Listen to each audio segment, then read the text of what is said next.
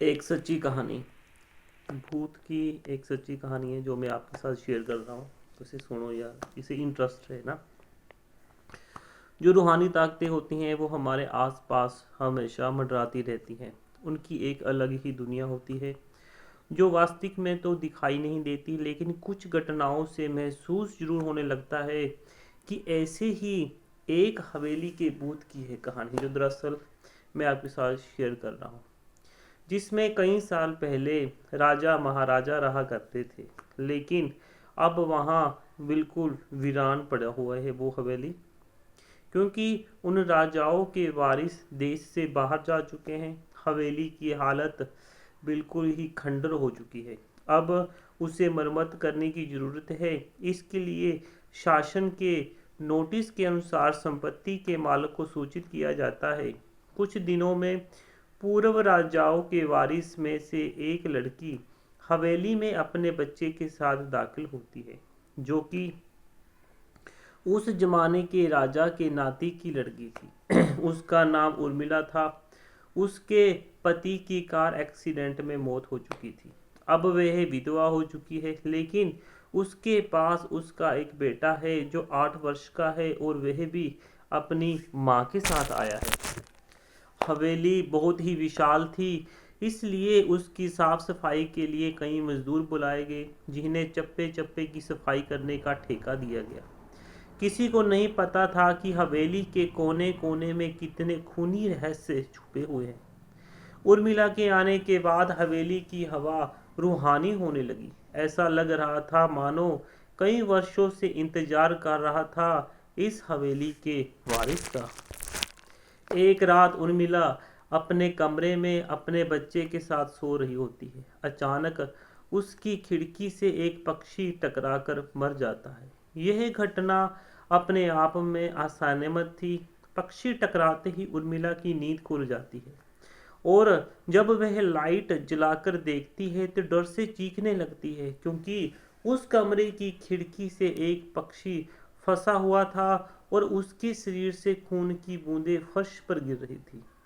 नज़ारा इतना भयानक था कि वह अपने बच्चे को उठाना नहीं चाहती थी, लेकिन उर्मिला हिम्मत करके उस पक्षी को खिड़की से बाहर फेंक देती है। लेकिन इसके बाद उसे रात भर नींद नहीं आती, और वह सुबह तक जागती रहती है। दरअसल वह जानना चाहती है कि यह किसकी शरारत तो नहीं है।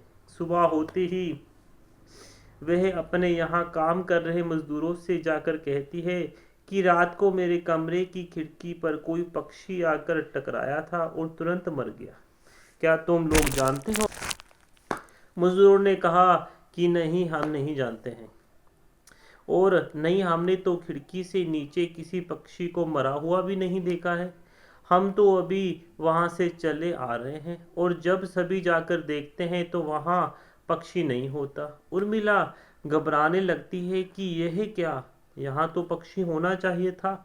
कम से कम खून की कुछ बूंदें तो दिखाई देनी चाहिए, लेकिन यहाँ पर ना पक्षी है और ना पक्षी के पंख तक नहीं पड़ा हुआ है। उर्मिला सभी मजदूरों को कहती है कि हवेली में बहुत सी कीमती चीजें और मूर्ति हैं, उनको संभाल के साथ साफ साफ करो। मजदूर अपने काम में लग जाते हैं। उर्मिला अपने बच्चे के साथ कमरे में टीवी देख रही होती है कि अचानक हवेली की छत से एक मजदूर नीचे गिर जाता है।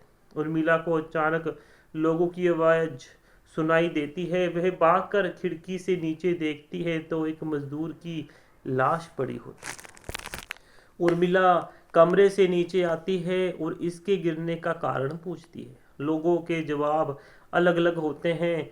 कोई कह रहा है कि इसने खुद आत्महत्या की, और कोई कह रहा था कि यह गलती से गिर गया। सभी के दावे अलग थे, लेकिन उर्मिला को कुछ अनकही बातें सुनाई दे रही थी।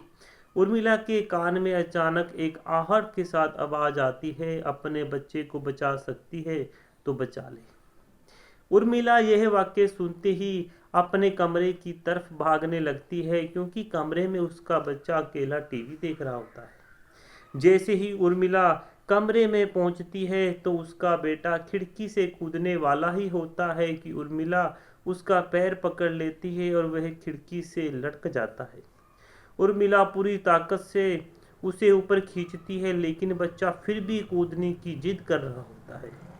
उर्मिला किसी कदर अपने बच्चे को काबू में करती है और कमरे के बाहर आ जाती है, और वह मजदूरों से पूछती है, बताओ क्या है इस हवेली में, क्योंकि ये बच्चा तो ऐसा नहीं कर सकता, और अभी यह सब जो हो रहा है कुछ अलग ही चल रहा है। तभी एक बूढ़ा मजदूर उर्मिला से कहता है, बेटी, ज्यादा जानना हो तो अपने पूर्वजों की कहानी पढ़ो, तभी तुम्हें इस हवेली का इतिहास पता चलेगा। इस हवेली की कहानी की किताब इसी गांव के सरपंच के घर में रखी होती है, जो कि बहुत साल पहले मर चुके थे, लेकिन अब भी उनके बेटों के पास वह किताब मौजूद थी। उर्मिला सरपंच के घर पहुंचती है और किताब ले लेती है। किताब पढ़ते ही उसे पता चलता है कि इस हवेली में एक नौकर नौकरानी भी थे, जिनके बीच में बहुत प्यार था, और वह कई सालों से हवेली की सेवा कर रहे थे। लेकिन एक बार रानी के शाही गहने चोरी हो गए, और उसके शंका में राजा ने नौकरानी को चोरी की सजा दी और उसे जिंदा दफना दिया गया। उसके गम में उसके पति ने भी आत्महत्या कर ली। उस राजा ने अपनी ही तलवार अपने गले में घुसेड़कर आत्महत्या कर ली। उसके बाद छोटे मोटे हादसे हवेली में होने लगे, जिस वजह से यह हवेली हमेशा के लिए बंद कर दी गई। कई सालों के बाद वहां कोई आया है, जिससे वहां रहने वाली आत्माओं को मौका मिल गया फिर से बदला लेने का। उर्मिला हवेली का रहस्य